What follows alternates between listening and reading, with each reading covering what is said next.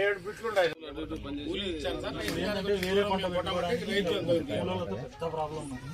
నాకు 3వ పంట పెట్టుకునేది ప్రోగ్రెస్ నేను చేయలే పంట అయితే ఖచ్చితంగా సైబర్ పని చేస్తేనే మనకు వచ్చేసారు. ఇదైతే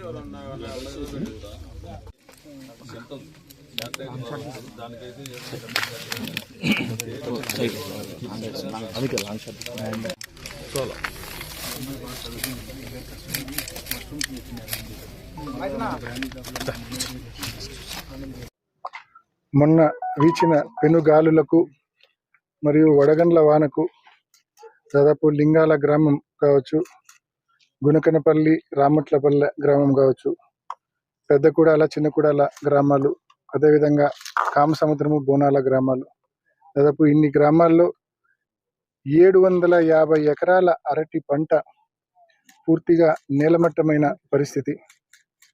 సరిగ్గా 3 వారాల క్రితమే తాతిరెడ్డిపల్లె, పార్నపల్లె, కోమన్నూతల తదితర వెలిదండ్ల తదితర గ్రామాల్లో కూడా 1420 ఎకరాలు, అంటే కేవలం 3 వారాల వ్యవధిలోనే ఒక్క లింగాల మండలంలో అరటి రైతులు దాదాపు ఈ పెనుగాలుల వలన కావచ్చు, లేకుంటే వడగండ్ల వాన వలన కావచ్చు, 2150 ఎకరాల పంట నష్టం వాటిల్లింది. ఇది ఒక్కొక్క ఎకరా సాగు చేయాలంటే కనీసం 1.5 to 2 lakhs ఖర్చు వస్తూ ఉంది. అంటే 1.5 నుంచి 2 లక్షల రూపాయలు ఎకరా సాగు ఖర్చు వస్తూ ఉంది. మరి ఈ నేపథ్యంలో సాగు లెక్క ప్రకారం తీసుకున్నా కూడా రైతులకు 42 కోట్ల రూపాయల నష్టం కేవలం ఈ 3 వారాల్లో ఈ గాలుల వలన, వడగండ్ల వాన వలన ఏర్పడిన పరిస్థితి. మరి ఇంత భారీ నష్టం నుంచి రైతును ప్రభుత్వాలు ముందుకు వచ్చి ఆదుకోమని చెప్పి మనవి చేస్తూ ఉన్నాం. ముఖ్యంగా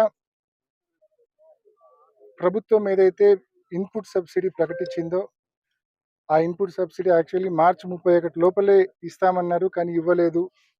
మొన్న జరిగిన నష్టానికి, మార్చిలో జరిగిన నష్టానికి ఆ ఇన్పుట్ సబ్సిడీ కూడా చాలా నామమాత్రం, అంటే ఎకరాకు 14,000, హెక్టార్కు 35,000 రూపాయలు. ఈరోజు సాగు చేయడానికి అయ్యే ఖర్చు ఎకరాకు 1.5 నుంచి 2 లక్షలు ఖర్చు అయితే ప్రభుత్వం ఇచ్చే ఇన్పుట్ సబ్సిడీ కేవలం 14,000. అంటే పంట నేలమట్టం అయిపోయినాక ఈ పంటను క్లీన్ చేయడానికి కూడా, పంట మొత్తము లేబర్ను పెట్టి క్లీన్ చేసుకోవడానికి కూడా ఎకరాకి 20 నుంచి 25,000 రూపాయలు ఖర్చు అవుతుంది. అంటే క్లీనింగ్ కాస్ట్ కూడా రాదు ప్రభుత్వం ఇచ్చే ఇన్పుట్ సబ్సిడీతో.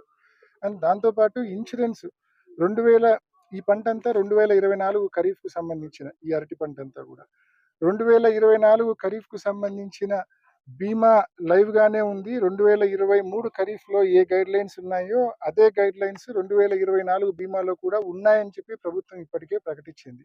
కానీ దురదృష్టం ఏంటంటే, దౌర్భాగ్యం ఏంటంటే, ప్రభుత్వము బీమా ఇచ్చేది వెదర్ బేస్డ్ క్రాప్ ఇన్సూరెన్స్. ఈ వెదర్ బేస్డ్ క్రాప్ ఇన్సూరెన్స్లో నష్టాన్ని అంచనా వేసేది మొత్తము మండలంలో ఉన్న ఆటోమేటెడ్ వెదర్ స్టేషన్ డివైజెస్ ఏవైతే ఉన్నాయో వాటిలో రికార్డ్ అయిన గాలి స్పీడును దృష్టిలో, విండ్ స్పీడును దృష్టిలో పెట్టుకొని రైతులకు బీమా ఇచ్చే పరిస్థితి ఉంటుంది. కానీ దురదృష్టవశాత్తు ఈ మండలంలో ఎక్కడే కానీ ఏ ఒక్క ఆటోమేటెడ్ వెదర్ స్టేషన్ కూడా పనిచేయడం లేదు. మార్చి 25వ తారీఖునే కలెక్టర్ గారికి కూడా హార్టికల్చర్ వాళ్ళు లేఖ రాసినారు. ఈ మాదిరి ఈ గాలులకు చెట్లు పడిపోతూ ఉన్నాయి, ఏ ఒక్క ఆటోమేటెడ్ వెదర్ స్టేషన్ కూడా పనిచేయడం లేదు, పని చేస్తూ ఉన్నాయి కూడా పూర్తిగా లోపభూయిష్టంగా ఉన్నాయి. కాబట్టి వాటిని ప్రామాణికంగా తీసుకొని రైతుకు బీమా ఇవ్వాలంటే రైతు పూర్తిగా నష్టపోతాడని చెప్పి హార్టికల్చర్ వాళ్ళు కూడా మార్చిలో కలెక్టర్ గారికి లేఖ రాయడం జరిగింది. అంటే ఇవన్నీ దృష్టిలో పెట్టుకొని లోపభూయిష్టంగా ఉన్న ఆటోమేటెడ్ వెదర్ స్టేషన్లు కావచ్చు, పని చేయని ఆటోమేటెడ్ వెదర్ స్టేషన్లు కావచ్చు, వీటిని దృష్టిలో పెట్టుకొని గాలి స్పీడ్ ఎంతున్నా కూడా చెట్లు పడిపోయినాయా లేదా అనేది ప్రామాణికం అంతే. అంటే ఒక మనిషికి బీమా ఉంటుంది. ఆ బీమా 20 కిలోమీటర్ల వేగంలో చనిపోతే ఆ మనిషికి బీమా రాదని చెప్పడము, 50 కిలోమీటర్ల వేగంలో ఆ మనిషి చనిపోతేనే బీమా వస్తుంది అని చెప్పడము ఎంతవరకు అది అర్ధరహితం కదా. ఇది కూడా అంతే, చెట్లు పడిపోయినాయా లేదా అనేది ప్రామాణికం. 2150 ఎకరాల్లో పంట నష్టం జరిగింది ఈ 3 వారాల్లో. సో పంట నష్టం జరిగింది స్పష్టంగా రెవెన్యూ అధికారులు, హార్టికల్చర్ అధికారులు ఫోటోలు తీసి సహా మరి క్రాప్ లాస్ ఎన్యూమరేషన్ అప్లోడ్ చేసినారు, గవర్నమెంట్కి పంపించినారు.